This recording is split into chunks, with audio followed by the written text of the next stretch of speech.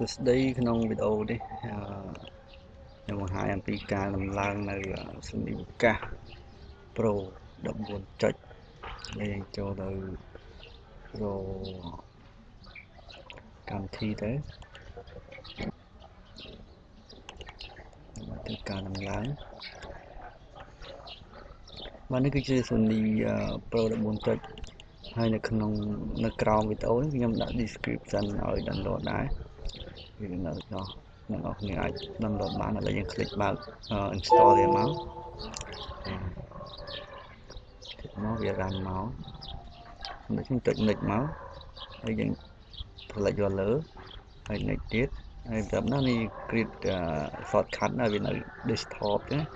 ហើយ install មក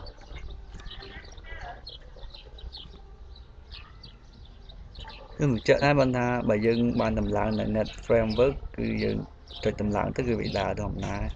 ហើយបើយើងអត់ទៅដំឡើង framework គឺយើងត្រូវការដំឡើង framework មួយទៀតបានវាដំណើរការបានក្នុងការដំឡើងហ្នឹងហើយក្នុងការដំឡើង framework គឺខ្ញុំមានវីដេអូដើម្បីបង្ហាញដំឡើងហ្នឹងដែរអាចមើលក្នុង channel របស់ខ្ញុំទេនឹងមានវីដេអូអំពីដំឡើងនៅ framework អី Sony Vegas មិនថាប្រហែលចុចគឺវាត្រូវការ framework ទាំងអស់ហើយ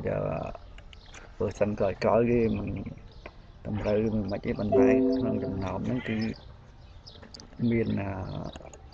ត្រូវការ framework ហ្នឹងទាំងអស់ហើយអានេះដោយសារខ្ញុំតម្លើងហើយគឺវាអត់ទាមទារទេ framework ហ្នឹងលើហើយយើងចុច finish មកហើយយើងត្រូវការដាក់ page របស់វានេះគឺ clear វាហ្នឹងយើងចុចបើកមកចុច yes វាលោតមកដូចនេះយើងចុចនេះវាគាត់ថាភាសាស្អីនេះអត់ស្គាល់ដែរបញ្ចុចឡើងនេះចុចខាងនេះមកដើម្បីវាដំណើរការ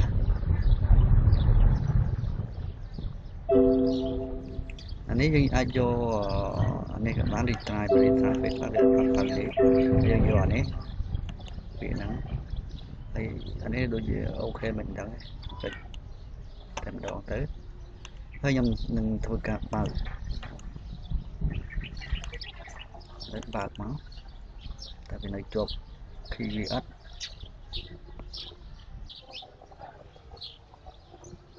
បើហើយវាអត់ទាមទារអីទេនេះយើងអាចប្រើប្រាស់បានអញ្ចឹងវាស្រួលទេក្នុងការដំឡើងហ្នឹងអញ្ចឹងវីដេអូនេះមានតែប៉ុណ្ណឹងសូមអរគុណសំណាងដល់អ្នកនរគ្នាជួបគ្នាវីដេអូក្រោយទៀត